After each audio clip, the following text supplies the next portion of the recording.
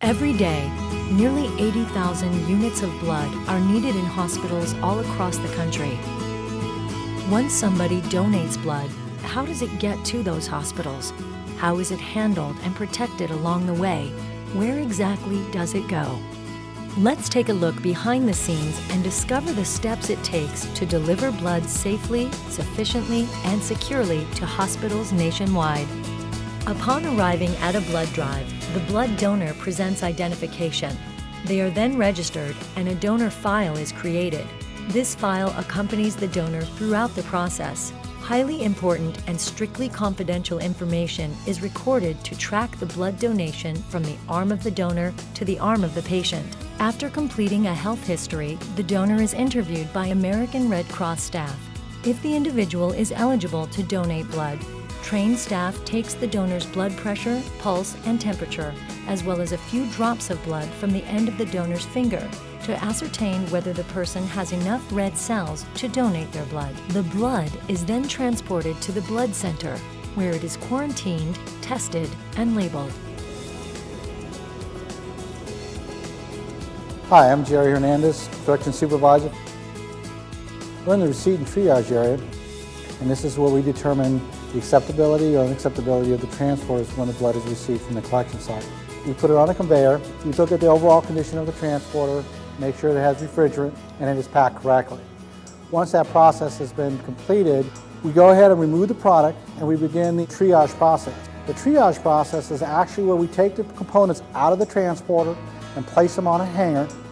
It's at that point that the units are moved from the triage area, which is where I'm standing, into a cold filtration refrigerator, and we begin the cold filtration process.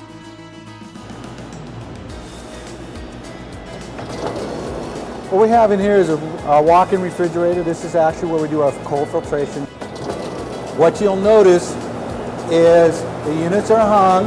This is what you would be looking at initially. We do a cold filtration process.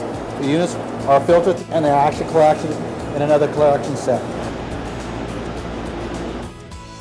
Red cells and plasma are two of a number of products created from each unit of blood. Cold filtration has been completed. What we see here is we have Angie, who's segmenting units and flagging those units, getting them prepped so we can apply those units to for centrifugation. Each centrifuge carries about 6 units. We have a lab technician, Harold, over here, who's actually identifying which units are going in which centrifuge. Those units will be spun for about 8 minutes to separate the red cell from the plasma. Harold is beginning to start the expressing process. You will see the plasma express away from the red cell, up and out, into another collection bag. Once that process is completed, he'll add an additive solution to give it an extended shelf life. Each donation is analyzed to determine the blood type. It also undergoes screening tests for diseases that can be transmitted by blood transfusion. Blood with abnormal test results is destroyed. Units with normal test results are labeled appropriately, stored, and made available to meet the needs of local hospitals. The products are inspected, prepared, and shipped to the hospitals. Hi, my name is Jose Franco, Operations Supervisor, Hospital Services. This will be the final stage of our process. These boxes will go to the hospital. Dispatcher will grab the box, see its destination, and then we'll send the blood and these boxes to the hospital.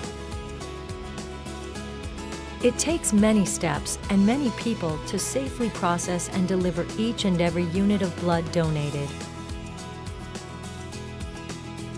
And just who may need that blood one day? It could be you. American Red Cross. We make it possible.